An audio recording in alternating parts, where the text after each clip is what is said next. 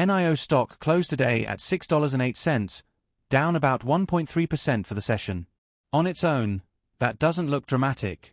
But put it into context, and you realize the stock has now fallen roughly 12% over the past week and has logged 8 consecutive red sessions. That's the part investors are paying attention to right now. NIO has been sliding steadily, day after day, while the broader market, particularly tech and Chinese ADRs, has been under pressure. So the big question tonight isn't why was NIO down 1.3% today? The real question is, why has NIO been unable to find a floor at all lately? And more importantly, is this signaling a deeper problem, or is it just the market washing out sentiment before the next major catalyst? Let's break this down clearly and calmly, because whenever a stock goes red for this many sessions in a row, emotions get amplified. People start seeing patterns, expecting worst-case scenarios, or assuming something catastrophic must be happening behind the scenes. But the truth is almost always more nuanced than fear wants to admit. The first thing investors need to understand about today's move is that NIO wasn't alone.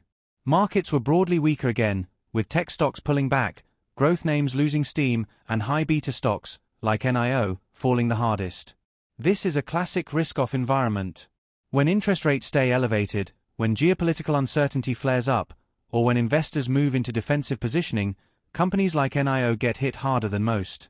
Not necessarily because they're doing anything wrong, but because they're exactly the type of stocks traders rotate out of when markets get shaky. And that's been the consistent theme across this whole week. When you zoom out, it's not just NIO in the red, it's XPeng, Li Auto, Alibaba, JD.com, Tencent, Baidu. The entire Chinese ADR ecosystem has been under sustained pressure.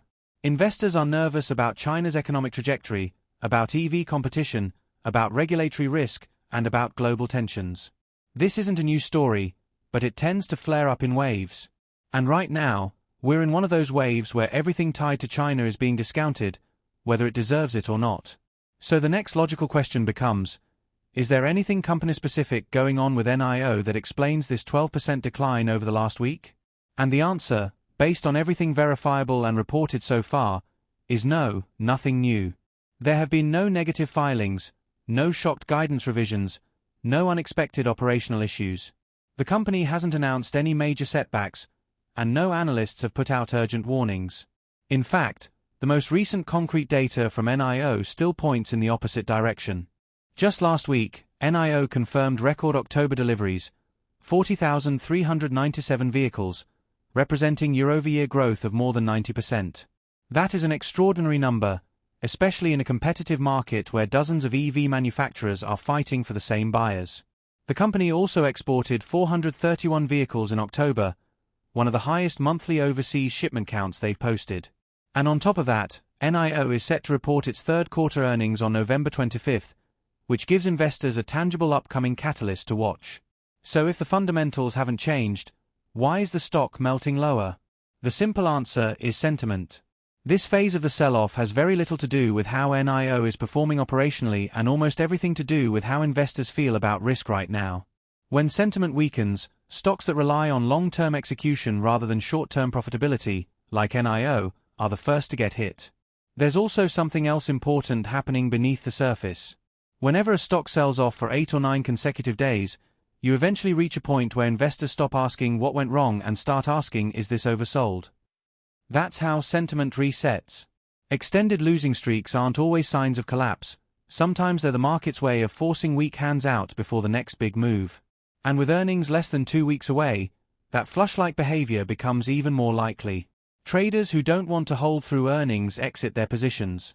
Stop losses get triggered. Algorithms detect the trend and lean into it. Each day adds to the downward momentum until the selling exhausts itself. But while this price action can feel emotional, it's important to separate the emotional narrative from the factual narrative. The fact is, nothing happened today that fundamentally changes NIO's long-term trajectory. Today's 1.3% drop didn't reveal a flaw in the company. It simply reflected a market that doesn't want exposure to Chinese EV stocks right now, especially ahead of earnings season. That distinction matters. Now, does that mean everything is perfect at NIO? No, of course not. NIO is still working toward profitability. The company faces stiff competition from BYD, Xiaomi, Huawei-backed EVs, Tesla's price cuts, and the relentless pace of innovation in the Chinese auto sector. Profit margins are thin. Battery swap infrastructure costs money, and investors are waiting for evidence that all of this growth is translating into financial improvement. But that's precisely why the upcoming earnings report is so important. It's the moment NIO gets to show whether its record deliveries are improving revenue growth, whether margins are stabilizing, and whether operational efficiency is improving. Sentiment can change very quickly when a company presents strong financials or delivers an unexpected improvement. So some of this ongoing sell-off might simply be nervous energy before the main event. So what does all this mean for your aftermarket video angle tonight? The strongest angle is this: NIO slides to $6.08. Is this a warning sign or a sentiment flush? It's a balanced question, not overly bullish or overly bearish, and it captures exactly where investor psychology is right now. People want to know whether the sell-off is the start of something worse or the end of something temporary. And that question pulls viewers in. Your narrative can start with the hard facts: 8 red sessions, 12% weekly decline, and today's modest pullback. Then move into the broader market picture: tech down, growth down, Chinese ADRs weak. Then emphasize what hasn't changed about NIO. That's the key part. Point out that no new negative news has surfaced. Point out that fundamentals are still aligned with growth. Reinforce that the company is doing what it said it would do. From there, acknowledge the concerns. Investors don't want sugarcoating, they want honesty. Profitability remains a hurdle. ADR risk is always on the table. The EV space is hyper-competitive. It's okay to mention that because it makes your analysis credible.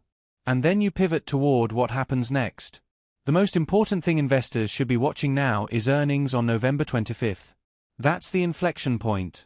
That's where NIO will either calm the market or give the market new doubts. And until that moment arrives, volatility is normal. Investors hate uncertainty, and uncertainty ahead of earnings almost always leads to selling pressure. You can close the video by reminding viewers that stocks are not linear. They don't move in straight lines up or straight lines down. They move in waves, sometimes violently, sometimes quietly. What matters is not a single week's performance but whether the core story is intact. And right now, despite the red candles and the negative sentiment, the core story for NIO hasn't changed. If you found this breakdown helpful, make sure to like the video, subscribe for more NIO and EV stock updates, and comment below. Do you think NIO is oversold and due for a rebound, or do you think the weakness continues into earnings? I'll be reading the comments, and I'll see you in the next one.